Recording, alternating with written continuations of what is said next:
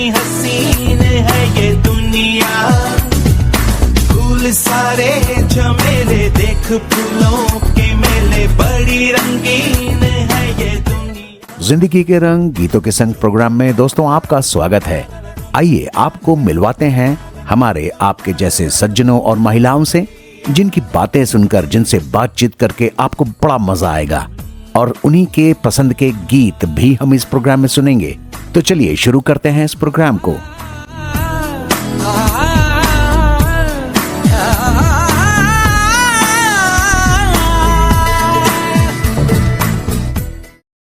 नमस्कार श्रोताओं, आप सुन रहे हैं कार्यक्रम जिंदगी के रंग गीतों के संग, और आज का रंग है सेवा और अनुभूति का सफेद रंग। मैं आपकी आवाज का दोस्त आलोक कुमार हमेशा की तरह आपसे मुखातिब हूं। यह आपका अपना कार्यक्रम है जहां हम मिलवाते हैं आपको उन प्रेरणादायक व्यक्तित्वों से जो अपने काम से समाज में बदलाव की नई कहानियां लिख रहे हैं। आज हमारे साथ हैं एक ऐसी युवा सामाजिक उद्यमी, शिक्षाविद और इंजीनियर जिन्होंने किताबों, कहानियों और शिक्षा को बदलाव का माध्यम बनाया है। Srishti Parihar ji. Srishti ji share a book India association की संस्थापक एवं एग्जीक्यूटिव डायरेक्टर हैं।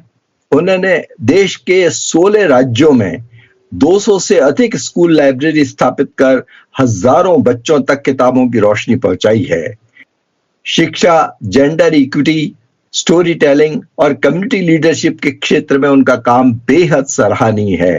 तो आइए स्वागत करते हैं सृष्टि परिहार जी का और जानते हैं उनकी प्रेरणादायक यात्रा, बचपन की यादें, किताबों और कहानियों से उनका रिश्ता और समाज में बदलाव लाने के उनके प्रयासों के बारे में।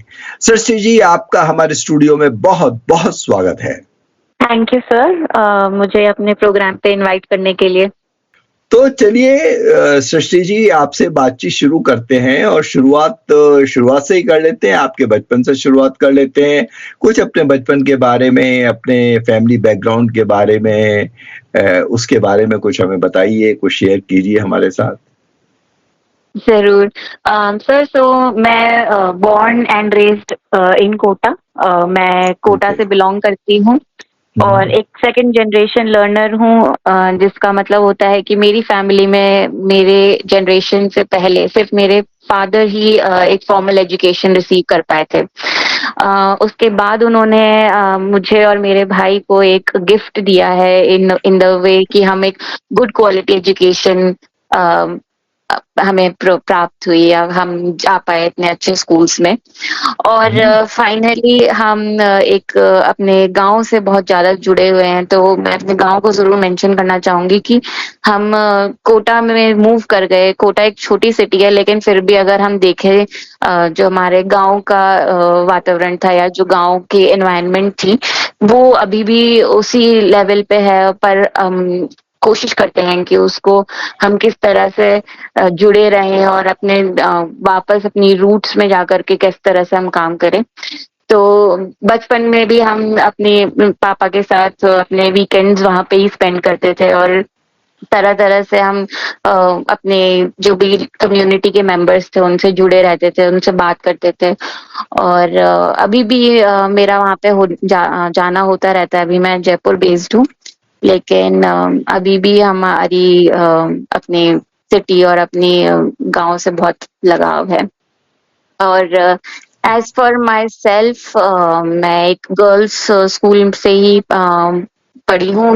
It was Sophia girls convent school. और हाँ, बचपन में बेसिकली मुझे क्या कह सकते हैं कि स्टोरीज पढ़ना पसंद था, क्रिएटिवली सोचना पसंद था, बहुत क्यूरियस थी मैं।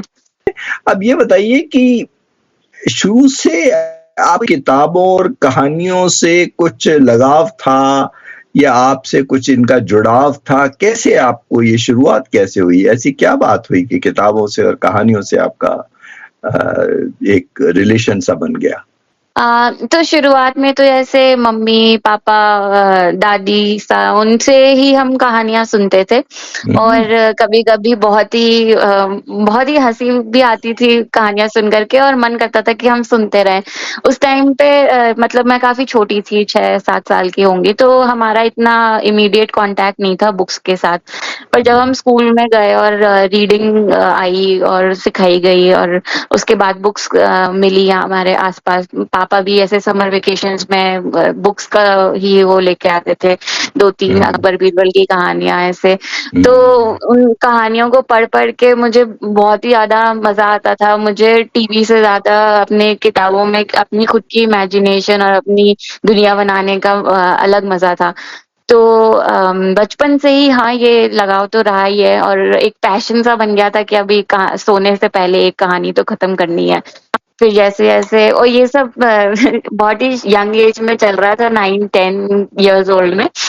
बट फिर जैसे-जैसे हम और बड़े होते गए और थोड़ी ज़्यादा इम्पैक्टफुल स्टोरीज़ भी पढ़ी, जैसे diary of a young girl Anne Frank की जो ऑटोबायोग्राफी है।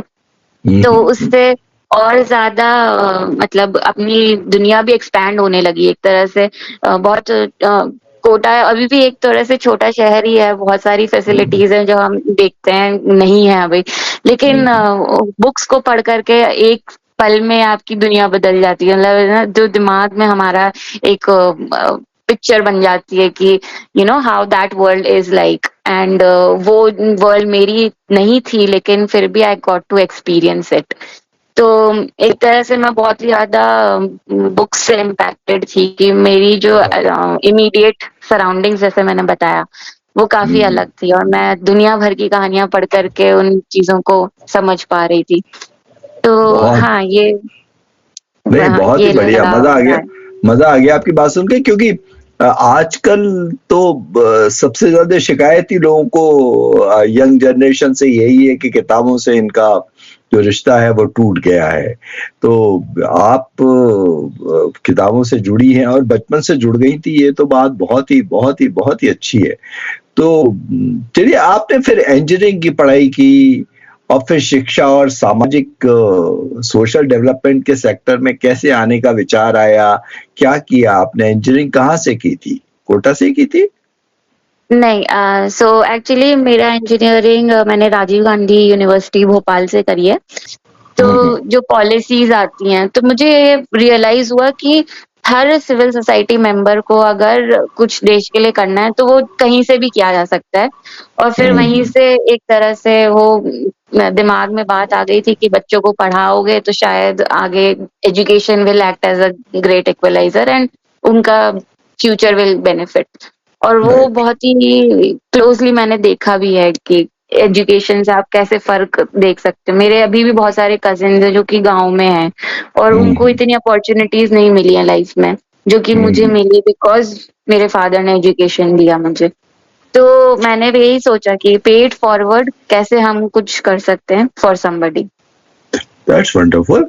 तो ये तो विचार बहुत ही अच्छा है। आजकल बहुत कम लोग इसके बारे में सोचते हैं, सब यही सोचते हैं कि मुझे कितना अच्छा पैकेज मिल जाए, कितना अच्छा ये हो जाए।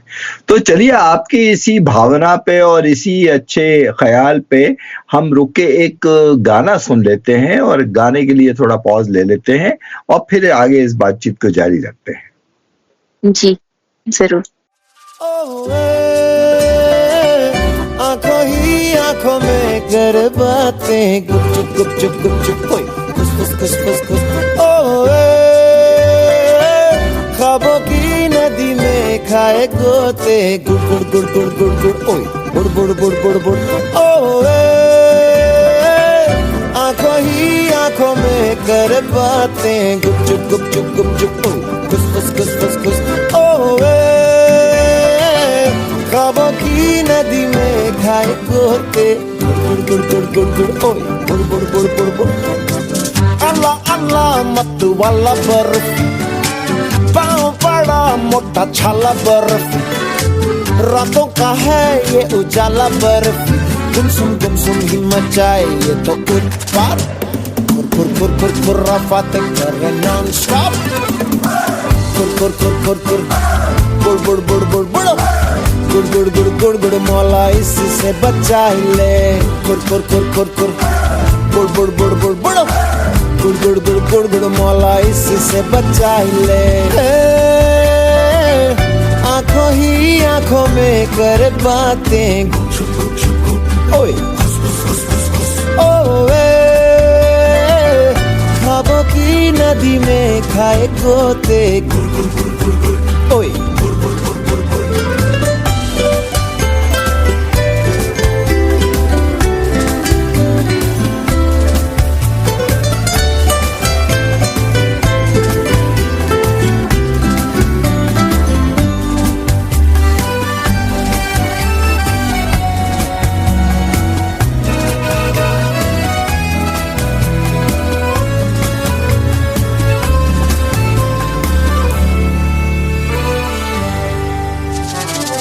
कभी न रुकता रे कभी न थमता रे, गम जो दिखा उसे खुशियों की ठोकर मारे। पलकों की हारमोनिया नैनों की गारे सारे, धड़कन की रिदम पे ये गाता जाए गाने प्यारे। भोला न समझो ये चालू खिलाड़ी है बड़ा बड़ा, सूरज ये बुझा देगा मारेगा भूख ऐसी चौक तलैया पीपल छैया हर कुछ की ऐसी तैसी है।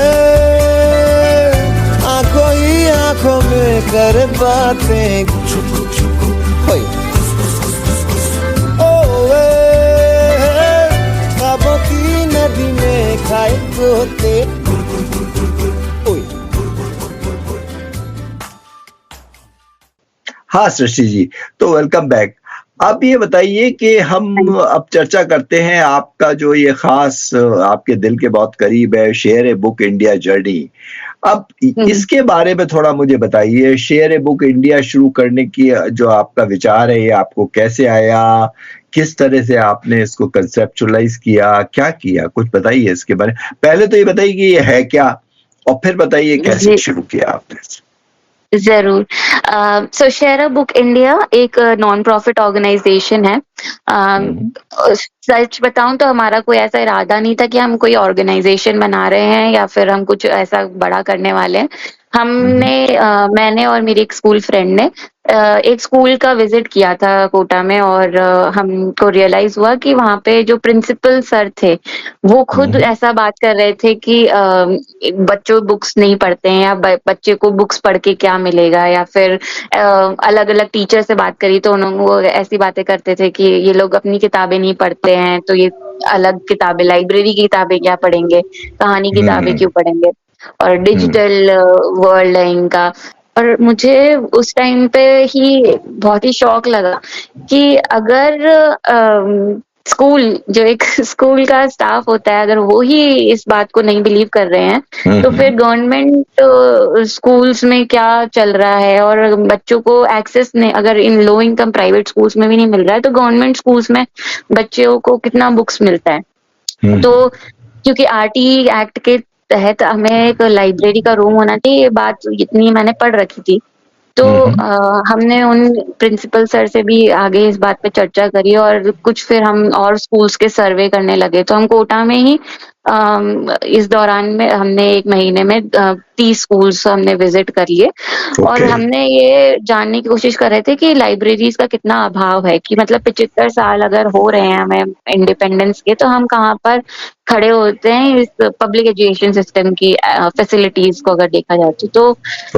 बहुत शॉकिंग हमारा वो था ऑब्जर्वेशन कि आउट ऑफ 30 स्कूल्स हमें 10 स्कूल्स ही एक्चुअली बोल रहे थे कि हमारे स्कूल्स में लाइब्रेरी है, और 10 में से 3 स्कूल्स एक्चुअली हमें अलाउ कर रहे थे टू सी दैट लाइब्रेरी।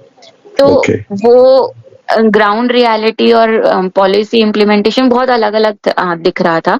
तो हमने सोचा कि as conscious, socially conscious people हम क्या कर सकते हैं, और हमने बस एक स्मॉल एक सोशल मीडिया पेज स्टार्ट कर दिया। तो उससे हमारे साथ बहुत सारे लोग जुड़ते चले गए जिनको बुक्स की महत्व पता है, और जो सिमिलरली पैशनेट है अबाउट बुक्स और रीडिंग। और कहीं से बुक्स डोनेशन आए, कहीं से बुक्स के लिए शेल्फ आई, और वो प्योरली वॉलंटियर मॉडल हमने खड़ा किया कि कैसे कोई भी इंसान इस चीज का पार्ट बन सकता है। तो okay. Share a book India एक कैंपेन की तरह शुरू हुआ था, एक सोशल मीडिया पेज से, और अब एक नॉन प्रॉफिट ऑर्गेनाइजेशन है, और हम अक्रॉस इंडिया काम कर रहे हैं। ठीक है, मुझे आप थोड़ा सा ये समझाइए। जनरली जहां तक मेरी जानकारी है, सभी गवर्नमेंट स्कूल्स के अंदर तो एक लाइब्रेरी तो होती ही है, चाहे वो बहुत यस। अच्छी नहीं हो, लेकिन बाय एंड लार्ज सब में एक लाइब्रेरी होती है, लाइब्रेरियन भी होता है जहां तक मुझे ख्याल। तो आप क्या कर रही हैं, उस लाइब्रेरी को सप्लीमेंट कर रही हैं, या वहां एक दूसरी लाइब्रेरी खड़ी कर रही हैं, या किसी और थर्ड प्लेस पे बुक्स इकट्ठी करते हैं और ये बच्चे उसे, क्या ये मॉडल कैसा है आपका, कैसे काम तो करता है? हाँ, सो हम 3 चीज़ों पे काम करते हैं। एक तो कि लाइब्रेरी की फैसिलिटीज़ कैसी हैं स्कूल में, या ठीक तो है। बुक्स जब हमने शुरू किया था 8-9 साल पहले हमने शुरू किया था, तो तब तो पूरे इंडिया में जब हमने जैसे सर्च किया कि कौन से ऑर्गनाइज़ेशंस एक्चुअली इन मुद्दों पे काम कर रहे हैं, तो हमें मिला ही नहीं, तो इसीलिए हमें करना पड़ा। हमारा तो ठीक है। इंटेंशन यही था कि हम कैसे वो हेल्प कर सकते हैं। तो हमने ओके। देखा कि बुक्स अगर होती भी हैं स्कूल्स में, तो बुक्स बच्चों तक पहुँचे ये ज़रूरी नहीं है। पहली बात तो किस तरह की बुक्स होती हैं, लेवल्स इतने हाई होते हैं या इतने लो होते हैं कि बच्चों का जो बिगिनर्स से लेकर एडवांस लेवल रीडर्स होते हैं, उनमें बहुत अलग-अलग इंटरेस्ट होते हैं। तो अगर उनको वो बुक्स नहीं मिल रही हैं उनके लेवल की, तो वो नहीं पढ़ पाएँगे। ओके। अगर बहुत ज़्यादा चैलेंजिंग है तो बच्चे मतलब डर के मारे ही छोड़ देते हैं, और अगर बहुत ज़्यादा ईज़ी भी है तो बच्चे सोचते हैं तो छोटे बच्चों की है, मेरे लिए है ही नहीं।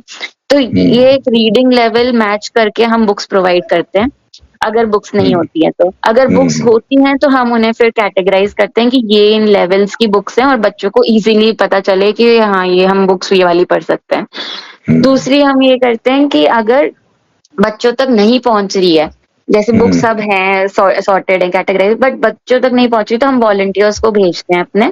तो हमारे ओके। वॉलंटियर्स बच्चों को, क्योंकि गवर्नमेंट स्कूल्स में लाइब्रेरियंस की पोस्ट मोस्टली नहीं होती है, ठीक है। 33% स्कूल्स में बी से की है, और वो ओके। भी हाँ, भरी जाती हैं थ्रू लैंग्वेज टीचर्स या पीटी टीचर्स। तो ठीक है। बहुत मुश्किल से ऐसा होता है कि एक librarian is able to actually do their job, which is, क्योंकि बहुत बर्डन्ड है हमारा पब्लिक एजुकेशन सिस्टम, और ठीक है। बहुत टीचर्स बहुत कम है। तो हम फिर वॉलंटियर्स को भेजते हैं जो कि बुक्स प्रोवाइड करते हैं और बच्चों के साथ स्टोरी टेलिंग करते हैं।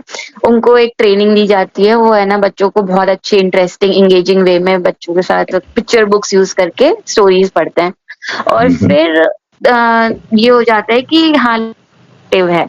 हम बच्चों की एक कमिटी बनाते हैं, फिर उसके बाद उनकी इलेक्शंस करवाते हैं। बच्चे library captain, vice captain, treasurer के रोल में अब एक ओनरशिप बन जाती है कि हाँ, ये लाइब्रेरी हमारी है और ओके। हम इसका ध्यान रखेंगे। तो वो एक बर्डन कम हो जाता है स्कूल स्टाफ पे। दूसरा ये होता है कि जहाँ पे स्कूल स्टाफ नंबर्स अच्छे हैं, अवेलेबल हैं और लाइब्रेरियंस एक्चुअली हेल्प कर सकते हैं, तो हम वहाँ पे ट्रेनिंग कर रहे हैं। टीचर्स की, लाइब्रेरियंस की, कि एक्टिविटीज़ क्या-क्या हो सकती हैं लाइब्रेरी में। सिर्फ़ किताबें पढ़ना एक एक्टिविटी मानी जाती है, बट हम बहुत सारी चीज़ें कर सकते हैं। हम रोल प्ले करवा सकते हैं, हम स्टोरीज़ पढ़ के, क्योंकि गवर्नमेंट स्कूल के जो बच्चे होते हैं उनको रीडिंग में बहुत ज़्यादा डिफ़िकल्टी आ रही है। उनकी लैंग्वेज, अभी अगर नंबर्स की बात करी जाए तो 100 million children in India are lagging behind. 1 में से 2 बच्चा ही एक्चुअली अपनी टेक्स्ट बुक पढ़ पाता है। ये सब annual status of education report आती है, वो उनमें आते हैं नंबर्स। तो ये बात हम उस पे फ़ोकस करके कि कैसे उनको रीडिंग भी आ जाए बुक्स के थ्रू और या ओके। स्टोरीज़ के थ्रू। तो ओके। हम ऐसी एक्टिविटीज़ करते हैं, इंटरेस्टिंग एक्टिविटीज़। और तीसरा हम थर्ड स्पेस वाली जो है, कम्युनिटी में काम करते हैं कि कम्युनिटी में बुक्स इकट्ठी करके एक फ्री लाइब्रेरी खोलते हैं जहाँ पे कोई भी आ सकता है और पढ़ सकता है। तो उससे रीडिंग एक्सेसिबल भी हो जाती है और अफोर्डेबल भी हो जाती है कि आपको कोई पैसे नहीं देने हैं, आप स्कूल के बाहर भी आकर के पढ़ सकते हो। तो अच्छा, ये हम आपका मतलब है कि आप स्कूल के बाहर कोई जगह लेकर, कोई स्पेस लेकर वहां भी बुक्स जी। अवेलेबल कराती है और वहां भी आप कुछ उसको मैनेज करती है। अच्छा, अब ये बताओ शशि, आपने ये जो चलाया है मिशन अपना, इसमें कोई ऐसा एक्सपीरियंस या कोई ऐसा मेमोरेबल एक्सपीरियंस किसी बच्चे के साथ जो जो आपको लगता है कि बहुत वो आपके दिल के करीब है, आपके दिल को बहुत उसने छुआ हो, ऐसा कोई किस्सा है आपके साथ? किसी बच्चे ने किताबों से बहुत प्यार हो गया हो जिसको आपकी वजह से, anything you want to share? तो बिलीव मी सर, हमने ऐसे 200 स्कूल्स के साथ काम किया है, तो I have multiple stories like that, क्योंकि वही आइडिया था कि ऐसा नहीं हो सकता कि हर बच्चा नहीं पढ़ना चाहता। वो कोई बच्चा एक्सेस का वेट कर रहा हो, मे बी उनको अपॉर्चुनिटी नहीं मिल रही है, तो कई बच्चे हमारे ऐसे हैं जो किताबों से प्यार उनको हुआ है और they fallen in love with stories, story telling. तो ऐसे तो हैं, बट ऐसे अगर एक दो मेमोरेबल मैं बोलूं, तो एक तो मेरा शुरुआती जर्नी में ही इवेंट, ऐसा इंसिडेंट हुआ था कि उससे ही मुझे फील हुआ कि नहीं, मुझे ये चीज करनी है। तो हम एक गर्ल्स स्कूल में जाते थे, कोटा में ही, वहीं से मैंने वॉलंटियरिंग शुरू किया था खुद ने। तो हम वहाँ पे हर सैटरडे स्टोरी टेलिंग करने जाते थे, और एक दो स्टोरी टेलिंग सेशंस के बाद ही बच्चों को बहुत इन्वॉल्व फील होने लग गया था, क्योंकि उनको रिस्पेक्ट जो हम देते हैं एज आउटसाइडर्स, उन्हें बहुत बहुत ज्यादा, मतलब वो उसको वैल्यू करते हैं। तो हमने उनसे एक स्टोरी टेलिंग सेशन के बाद हम जाने लगे थे, और एक बच्ची उठ करके, मतलब वापस में हमारा पीछे पीछे आकर के उसने मेरा हाथ पकड़ा, और उसने मुझे बस ये बोला कि दीदी आप कल भी आना। तो मैं खुद पोएट्री लिखती थी, खुद इस तरह के विचार रखती थी, और मुझे एकदम से वो जो लाइन थी, दीदी कल भी आना, तो वो मेरे दिमाग में रह गई कि कैसे एक बच्चे को एक आउटसाइडर इतनी कम टाइम में इतना इम्पैक्ट कर सकता है। क्योंकि मैं उस बच्चे को नहीं जानती थी उस स्टोरी टेलिंग सेशन से पहले, बस उस एक कहानी के थ्रू हमारा इतना कनेक्शन बन गया कि she was so interested in meeting me again or seeing me again or listening to the story again। तो वहां से एक मुझे रियलाइजेशन हुआ कि हर बच्चे को एक मेंटर चाहिए, या एक पर्सन चाहिए जो उनकी कहानियां सुने या उनको सुनाए। और दूसरा ये था कि हमारा एक प्रोजेक्ट था जयपुर में, हमने काम किया था, तो उसमें हमने गर्ल्स लीडर्स को मतलब चुना था हर 15 स्कूल्स में से, और उन लीडर स्कूल जो स्टूडेंट लीडर्स हमने बनाए थे, उनको हम ट्रेनिंग दी थी लीडरशिप डेवलपमेंट और पर्सनालिटी डेवलपमेंट, बहुत सारे इंटरपर्सनल स्किल्स में। अच्छा। और उनमें से कुछ बच्चे ऐसे बहुत ज्यादा आगे आए, उन्होंने गवर्नमेंट ऑफिशियल्स को लेटर्स लिखे, वो खुद आगे बढ़ के वहां पे गए, अपनी बात कही। तो मुझे वो बहुत प्राउड मोमेंट फील हुआ कि they were so confident after a few sessions, क्योंकि बस उनको ये चाहिए कि उनमें कोई विश्वास रखे, उनको बिलीफ रखे ना, कोई उनको बिलीव करे। और वो बच्चे खुद ने वहां पे जाकर के लाइब्रेरी के बारे में उनसे सर से बात करी कि हमें स्कूल में लाइब्रेरी चाहिए। ये बात जयपुर में करके फिर वो दिल्ली के एक फेस्टिवल ऑफ लाइब्रेरीज हुआ था, उसमें मेरी 2 गर्ल्स वहां पे भी जाकर के उन्होंने इतनी बड़े प्लेटफॉर्म पे खुद से बोला और अपनी बात आगे रखी। तो वो हमें लगता है कि बहुत ही एक आई फील रिवॉर्डिंग मोमेंट था for me as an educator. तो चलिए, ये जो दीदी, ये जो लाइन थी उस बच्ची की, दीदी कल फिर आना, इस बात पे रुक के हम एक अच्छा सा गाना सुन लेते हैं, टचिंग सा, क्योंकि ये लाइन बहुत इंपॉर्टेंट थी कि दीदी कल फिर आना है। एक गाना सुन। Definitely, sure. क्यों न हम तुम चले टेढ़े मेढ़े से रास्तों पे नंगे पाँव रे, चल भटक लेना बावरे। क्यों न हम तुम फिरे जाके अलमस्त पहचानी राहों के परे, चल भटक लेना बावरे। इन टिमटिमाती निगाहों में, इन चमचमाती अदाओं में, लुके हुए छुपे हुए है क्या ख्याल बावरे। क्यों न हम तुम चले जिंदगी के नशे में ही धुत सरफरे, चल भटक लेना बावरे। क्यों न हम तुम तलाशे बगीचों में फुर्सत भरी छाँव में, चल भटक लेना बावरे। इन गुनगुनाती फिजाओं बाहों में, इन सरसराती हवाओं में टुकुर टुकुर यूं देखे क्या, क्या तेरा हाल बावरे।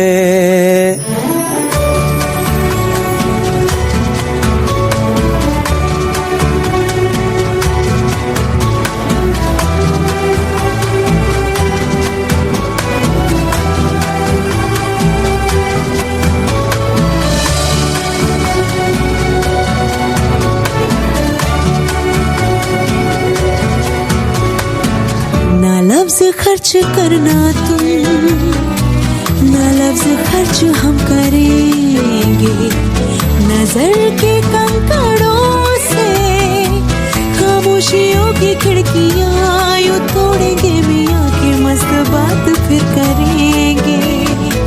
ना हर्फ खर्च करना तुम, ना हर्फ खर्च हम करेंगे, नजर की स्याही से लिखेंगे तुझे हजार चिट्ठियां, खामोश झिड़कियां तेरे पते पे भेज देंगे।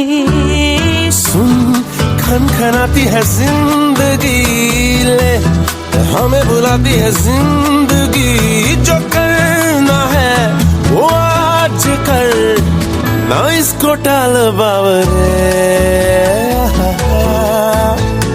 क्यों न हम तुम चले टेढ़े मेढ़े से रास्तों पे नंगे पाँव रे, चल भटक लेना बाबरे।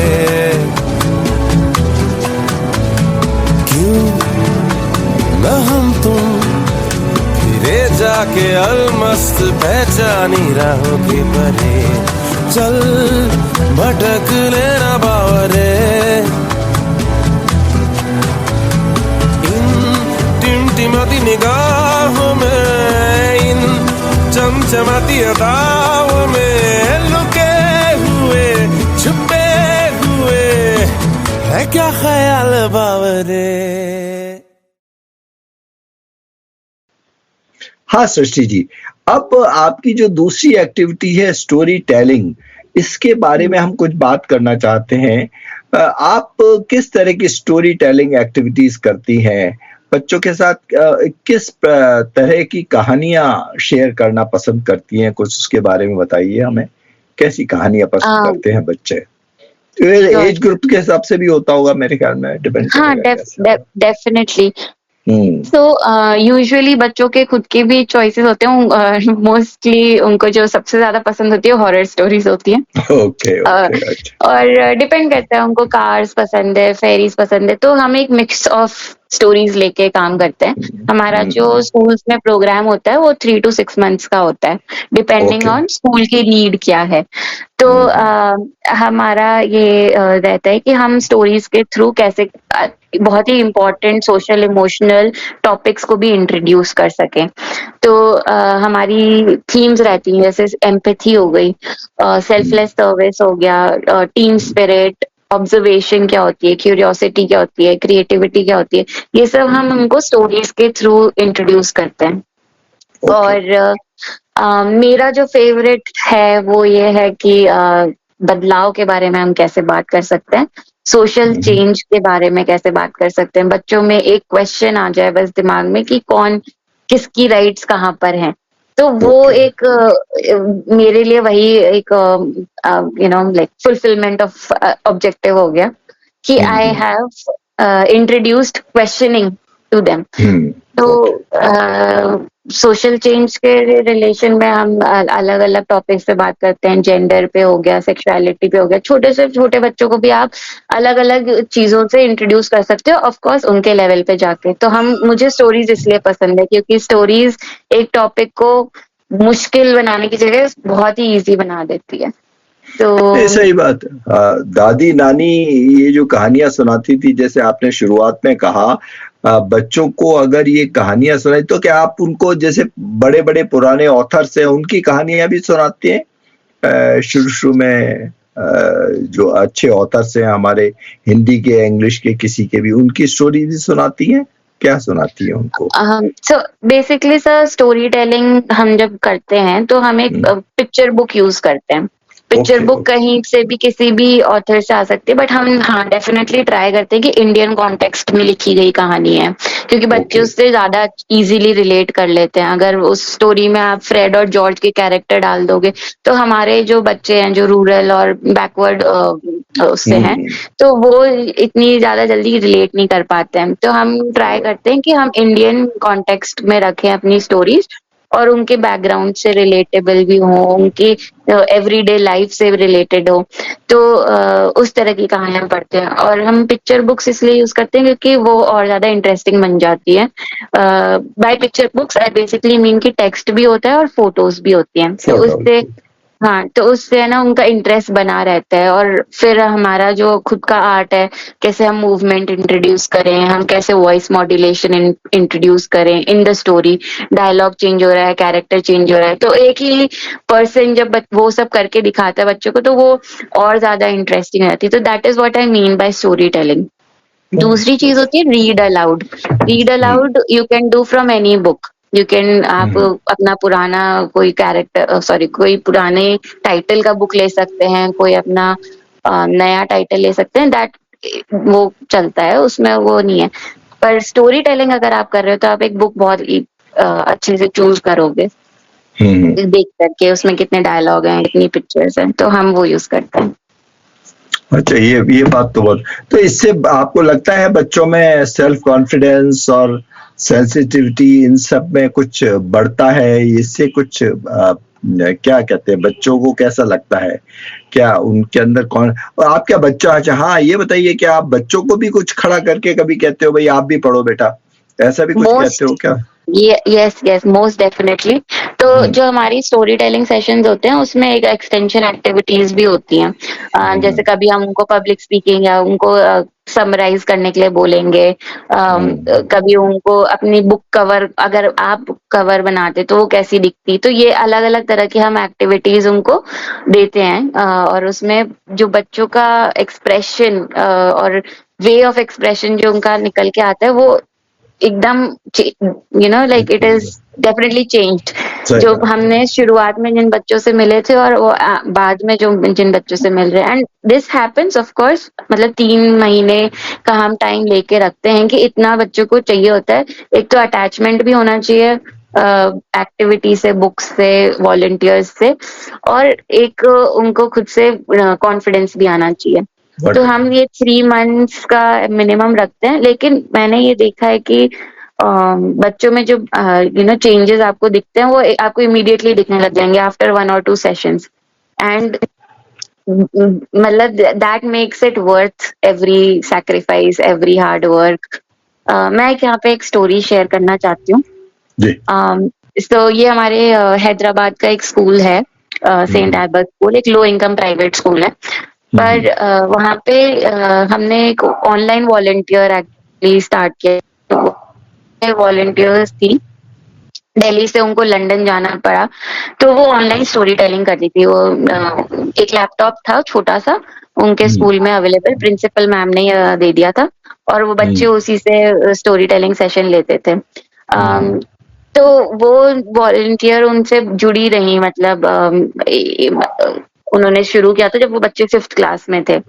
और मैंने बोला था 3 से 6 महीने के प्रोग्राम होते हैं, बट कभी कभी जैसे ये particular volunteer, she got so attach to the kids and कि मैं और कैसे हेल्प कर सकती हूँ, तो उन्होंने अपना कनेक्शन बनाए रखा। हर सैटरडे बच्चे मिलते थे, और आफ्टर 1 or 2 years जब हम एज द ऑर्गेनाइजेशन लीडरशिप हम लोग गए वहां पे स्कूल में विजिट करने के लिए, तो वहां पे जो बच्चों का डिफरेंस मैं देख रही थी, वो जो बच्चे पहले कभी बोलते ही नहीं थे, वो बात नहीं करते थे, उनको बहुत हेसिटेशन होता था, उन्होंने हमें खुद की बनाई हुई कहानियां पढ़ के सुनाई।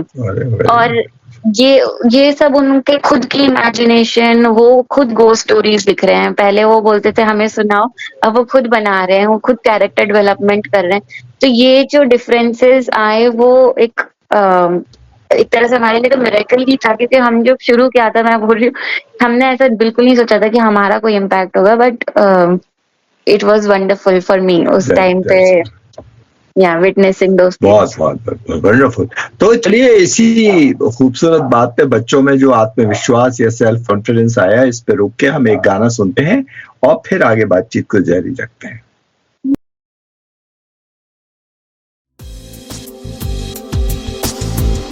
लेकर याद तेरी रातें मेरी कटी, लेकर याद तेरी रातें मेरी कटी, मुझसे बातें तेरी करती है चांदनी।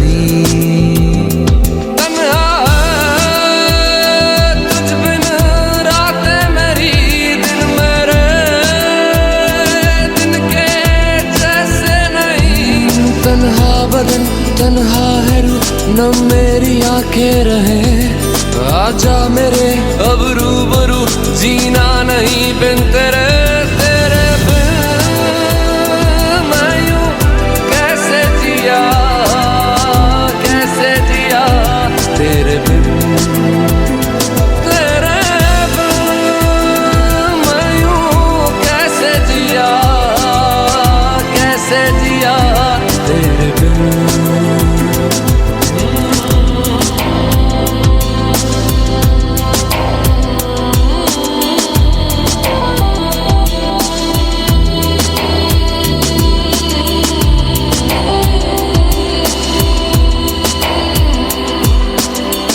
कब से आँखें मेरी राह में तेरे बिछी, कब से आँखें मेरी राह में तेरे बिछी, भूले से कभी तू मिल जाए कहीं, भूले ना मुझसे बातें तेरी भीगी हैं, हर पल आके मेरी, क्यों सांस लूं क्यों मैं जीऊं, जीना बुरा सा लगे, क्यों हो गया तू बेवफा, मुझको बता दे वजह, तेरे बिन मैं यूं कैसे जिया, कैसे जिया तेरे बिन, तेरे बिन मैं यूं कैसे जिया, कैसे जिया तेरे बिन, तेरे बिन मैं यूं कैसे जिया, कैसे जिया तेरे बिन, तेरे बिन मैं यूं कैसे जिया, कैसे जिया तेरे बिन, तेरे बिन, तेरे बिन, तेरे बिन,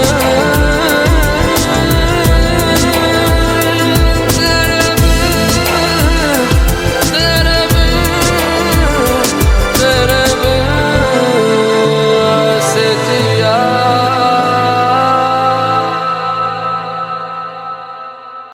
तो सृष्टि जी, अब आप गर्ल्स एजुकेशन और जेंडर एडुकेसी पर भी काम कर रही है, इस ये टॉपिक पे आप कैसे पहुंची और आप इसमें क्या चैलेंजेस फेस कर रही हैं, कुछ इसके बारे में बताएंगी?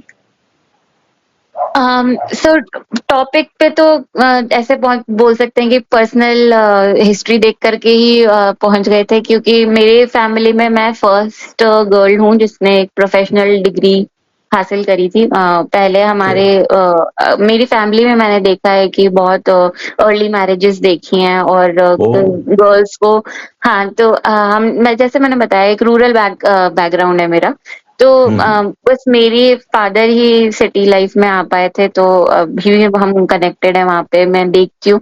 तो मेरे कजिन्स खुद they could not receive a good education, और वो खुद नहीं कर पाए अपना इस तरह का करियर नहीं बना पाए, या फिर उनके खुद अर्ली मैरिजेस हुई। तो मुझे फील हुआ कि बस मुझे डिफरेंस इतना था, मेरा फैमिली बैकग्राउंड सेम था, बस एजुकेशन ही तो मेरा डिफरेंट था ना। तो वो एजुकेशन किस तरह से मुझे अपॉर्चुनिटीज दे पाए, वैसे मैं चाह रही थी और मैं लड़कियों के साथ काम करूं। तो मेरी एक फेलोशिप के थ्रू मुझे राइज अप लीडरशिप का रोल मिला, और वहीं से मेरा एक प्रोग्राम प्रोजेक्ट स्टार्ट हुआ था कि लड़कियों से बात करना। बेसिकली हम बस इस तरह से बात करते थे कि डिफरेंसेस क्या होते हैं growing up as a girl और growing up as a boy in our society. तो हम बहुत सारी पावर स्ट्रगल देखी मैंने, बहुत सारे डोमेस्टिक वायलेंस के केसेस पे बात करी, और ये बच्चे कर रहे हैं ये हम करते थे 6 to 8 ग्रेड के बच्चों के साथ। तो क्योंकि वो बच्चे इस बैकग्राउंड से आ रहे हैं, वो खुद ही नोटिस कर रहे हैं, वो खुद ऑब्जर्व कर रहे हैं। एक प्रिविलेज्ड सेक्शन का बच्चा शायद इतनी बातें नहीं सोचते होंगे या नहीं देखते होंगे, इतनी इनइक्वालिटी। बट हमारे जो गवर्नमेंट स्कूल के बच्चे हैं वो बहुत ज्यादा संवेदनशील भी हैं, और वो खुद ज्यादा ऑब्जर्वेशन भी कर चुके हैं इन सब चीजों को। तो जब वहां से उनके टॉपिक्स आते थे तो हम बस ये सोच रहे थे कि किस तरह से इसको इक्वलाइज किया जाए। और उसका मुझे एक जो सोल्यूशन लगा वो पहला तो एजुकेशन था ही सही, और दूसरा कि अवेयरनेस, राइट्स के बारे में बात करें। तो वहीं से ये जर्नी शुरू हुई, और फिर जैसे मैंने बताया कि बच्चों को अपॉर्चुनिटीज दी अपनी बातें आगे रखने का। पहले स्कूल में आगे बढ़े, और फिर आई थिंक मेरा जो रोल रहा है वही अभी तक तो वही रहा है। पर हाँ, मैं काम कर रही हूँ अपने गांव में भी एक गर्ल्स सेंटर खोलने के लिए, गर्ल्स के द्वारा रन कम्युनिटी सेंटर। और अच्छा। मेरा नेक्स्ट गोल वही रहेगा। तो आपने करीब 1800 से ज्यादा वॉलंटियर्स के साथ काम किया है। अब इतनी बड़ी टीम को मोटिवेट रखना और ये कितना चैलेंजिंग है, कैसे करती हैं आप ये? तो वॉलंटियर्स आते किधर से हैं आपके पास में? क्या अपने आप ही आ जाते हैं बच्चे? क्या करते हैं आप? How do you manage that? तो इसके लिए हमें सोशल मीडिया बहुत हेल्पफुल रहा है। हमारा सोशल मीडिया का मैंने बताया था जैसा ऐसा कैंपेन शुरू हुआ था कि शेयर अ बुक, सब लोग बुक्स Okay. बांटो। तो अच्छा। उसमें फिर हमने स्टार्ट किया हमने स्टार्ट किया कि जो लोग बुक्स में इंटरेस्टेड है उनको हम रीच आउट करते हैं और उनको हम बताते हैं अपने कॉज के बारे में।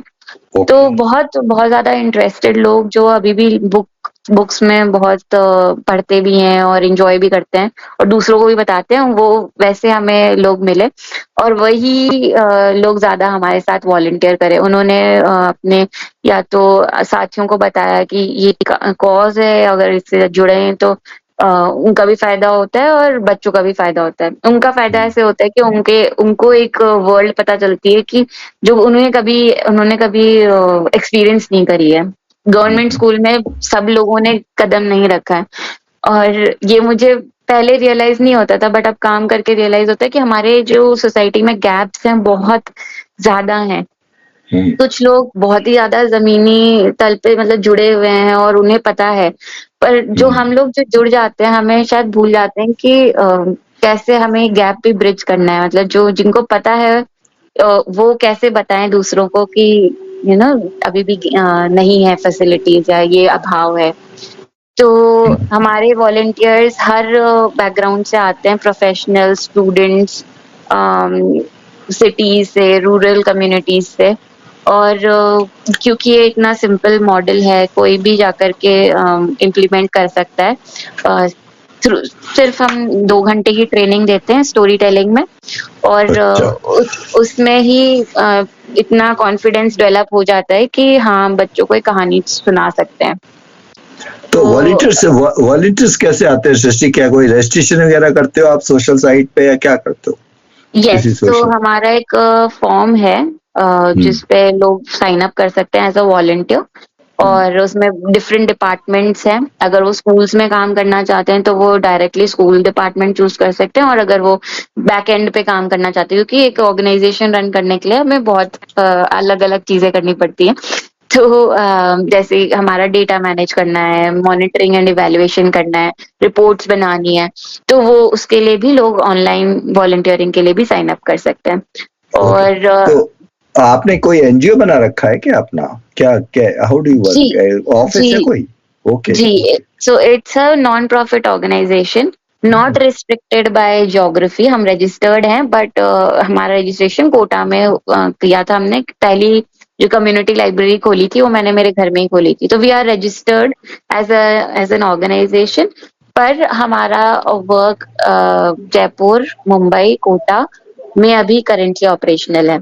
तो वहाँ पे लोग ऑफलाइन वॉलंटियरिंग भी कर सकते हैं और ऑनलाइन वॉलंटियरिंग कहीं भी, लाइक हमें यूएस से भी एप्लीकेशंस आती हैं और यूके से भी आती है, मतलब अलग बाहर कंट्रीज से भी आती हैं।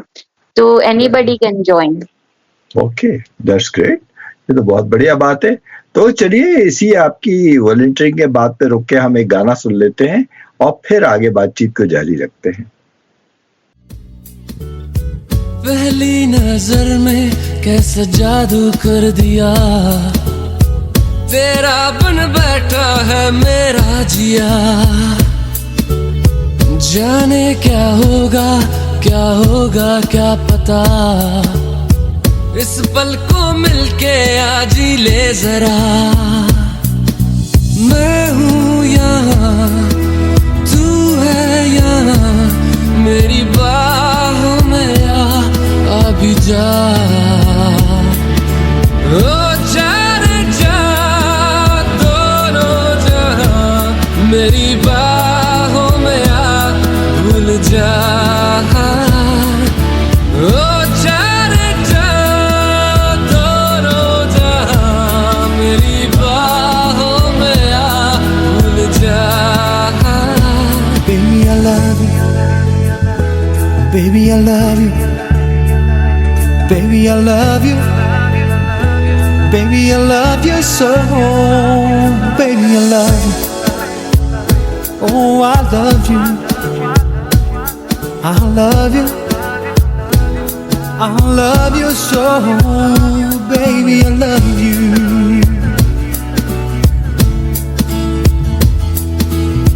हर दुआ में शामिल तेरा प्यार है, बिन तेरे लम्हा भी दुश्वार है।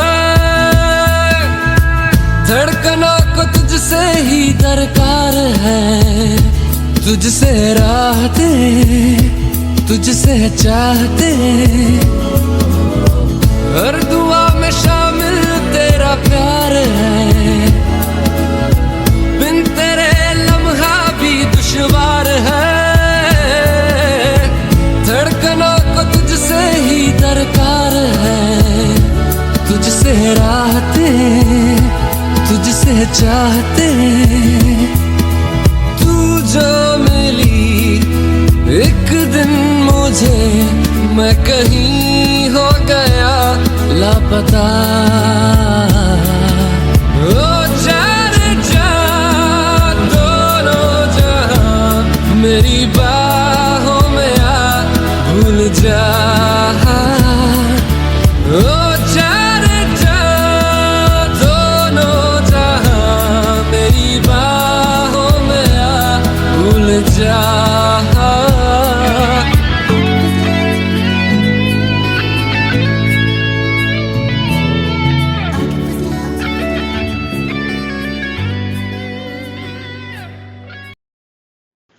अब सृष्टि जी, आपने इंजीनियरिंग से लेकर सोशल एंटरप्रेन्योरशिप तक, तो आप ये सोशल डेवलपमेंट के सेक्टर में ही काम कर रहे हैं। तो ये एक तरह से तो जो आपने शुरुआत में कहा था कि भाई एक सिक्योर कैरियर अपने इस तरफ आ गई, तो आपको ऐसा नहीं लगा कभी रिस्क लेने से डर नहीं लगता है? हाँ, तो मतलब चैलेंजेस बहुत रहे हैं, बट मुझे रिस्क लेने से कभी डर नहीं लगा, क्योंकि मुझे डर लगता था कि मैं डेस्क जॉब पे अपनी लाइफ बिता दूंगी। मुझे उस चीज से डर लगता था। तो और financial security definitely comes to mind, but फिर धीरे धीरे जैसे जैसे मुझे फेलोशिप्स के बारे में पता चला, मुझे लीडरशिप प्रोग्राम्स के बारे में पता चला, ग्रांट्स के बारे में पता चला, तो मुझे रियलाइज हुआ कि सोशल सेक्टर में भी आप अपना करियर बना सकते हैं। So it has been fulfilling so far. जितना डिफिकल्ट हो सकता था, आई थिंक इतना डिफिकल्ट नहीं रहा, क्योंकि मुझे जो ऑल्टरनेटिव था ऑफ गोइंग कॉर्पोरेट, वो बिल्कुल कभी पसंद नहीं आया। तो मेरा बस एक ही कॉन्शियस डिसीजन था कि कॉर्पोरेट में नहीं जाना है, लोगों के लिए काम करना है, कम्युनिटी सर्विस करनी है। अब वो कैसे होगी, वो मुझे अपना पाथ बनाना था। तो थैंकफुली इतने लोग जब जुड़े हमारे कैंपेन से, तो वो एक ऑर्गेनाइजेशन में बदलाव हो गया और फिर हम इसी सेक्टर में मैं आ चुकी हूँ। That's wonderful. तो काम के अलावा आपका और क्या शौक है? गार्डनिंग, ट्रेवल और डीआईवी प्रोजेक्ट। ये डीआईवी प्रोजेक्ट्स क्या होता है, इसके बारे में थोड़ा सा बताइए मुझे। इसमें इस सबको कैसे बैलेंस करती हैं आप? तो DIY projects basically do it your self projects, कि आप खुद से कैसे जुगाड़ बना करके अपना काम कर सकते हैं। तो हाँ, तो क्योंकि मेरा एनवायरनमेंट से भी लगाव है, तो ये होता था कि क्या कोई चीज हम घर पे बना सकते हैं। एक पेन स्टैंड खरीदने की जगह मैं क्या इसको किसी चीज को अपसाइकिल करके कर सकती हूँ। तो that is what DIY projects mean. आप घर पे एक लाइक लकड़ी का, मतलब मैंने बनाया है इसलिए मैं बोल रही हूँ कि अगर एक प्लांट का आपको ट्रंक मिलता है तो आप उससे लैंप भी बना सकते हो, एक लैंप शेड जोड़ के। तो ये वाली चीजें मुझे करना पसंद है। और बाकी गार्डनिंग और एक तरह से काम, पीसफुल एनवायरनमेंट के लिए जरूरी है। तो मेंटली मैं क्योंकि बहुत ही चीज होती है सोशली काम करना, स्पेशली जिस तरह का बैकग्राउंड और जिस तरह की बातें हम करते हैं अपने बच्चों के साथ में, तो वो हमें कभी कभी थोड़ा होपलेस भी फील कराती है कि इतना मेहनत करके कितना सा बदलाव आ रहा है। पर आई थिंक इन सब चीजों को एक हॉबीज होना और थोड़ी कामिंग एक्टिविटीज करने से इट बिकम्स इजी। तो वहीं से मेरे इंटरेस्ट है। बहुत बढ़िया। तो चलिए एक गाना सुनते हैं, और गाने के बाद में मैं आपसे, अब ऑलमोस्ट आखिरी पायदान पर आ गए हैं हमारी बातचीत के, तो मैं आपसे एक बड़ा इंटरेस्टिंग सवाल पूछना चाहता हूँ। यस। कैसे बताए क्यों तुझको चाहे यारा, बता ना पाए बातें दिलों की, देखो जो बाकी आंखें तुझे समझाए। तू जाने ना, तू जाने ना, तू जाने ना, तू जाने ना। मिलके भी हम ना मिले, तुमसे न जाने क्यों मीलों के है फासले, तुमसे न जाने क्यों अनजाने है सिलसिले, तुमसे न जाने क्यों सपने हैं पलकों तले, तुमसे न जाने क्यों। कैसे बताए क्यों तुझको चाहे यारा, बता ना पाए बातें दिलों की, देखो जो बाकी आके तुझे समझाए। तू जाने ना, तू जाने ना, तू जाने ना, तू जाने ना।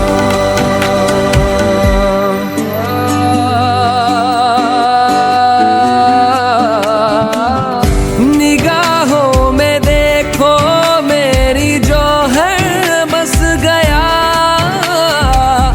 वो है मिलता तुमसे हूबहू। ओ जाने तेरी आंखें थी या बातें थी वजह, हुए तुम जो दिल की आरज़ू। तुम पास होके भी, तुम आस होके भी, एहसास होके भी, अपने नहीं ऐसे हैं हमको गिले, तुमसे न जाने क्यों मीलों के है फासले, तुमसे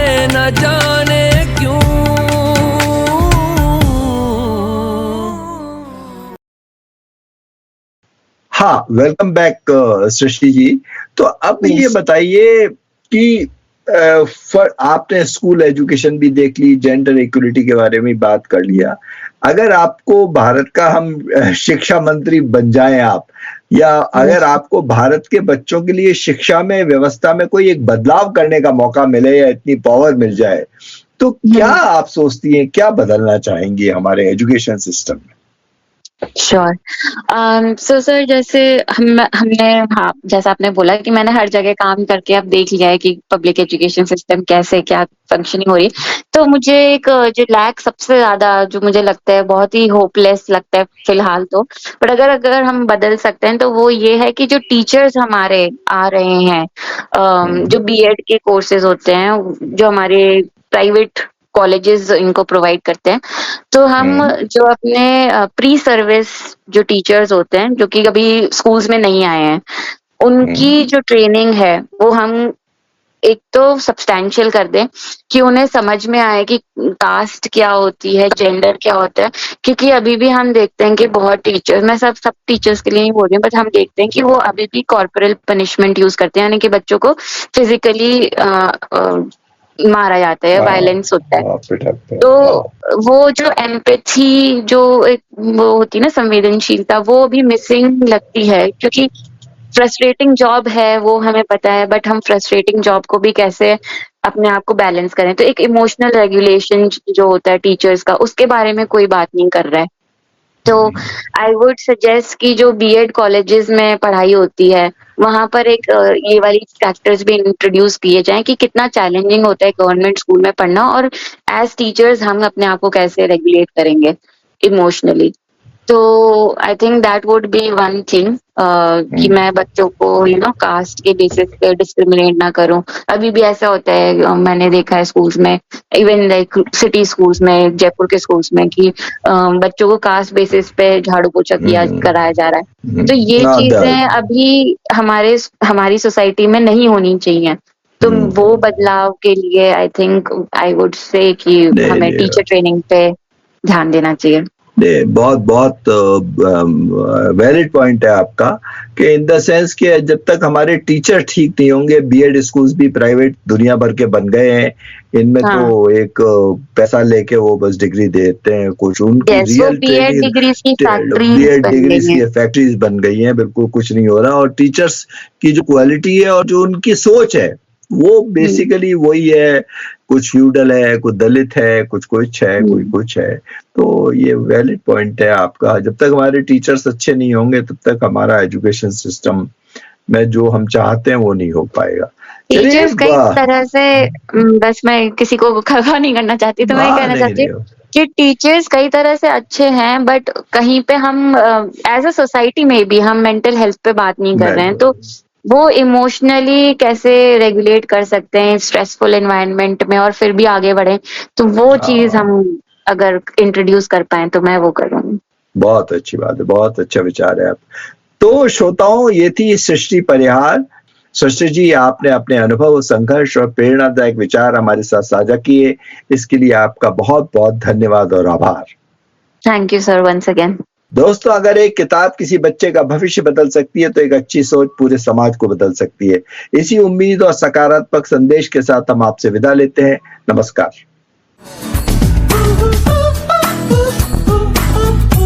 दोस्तों, जिंदगी के रंग गीतों के संग के आज के इस प्रोग्राम में बस इतना ही।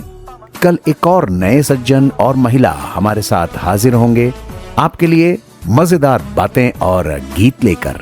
सुनना न भूलिएगा।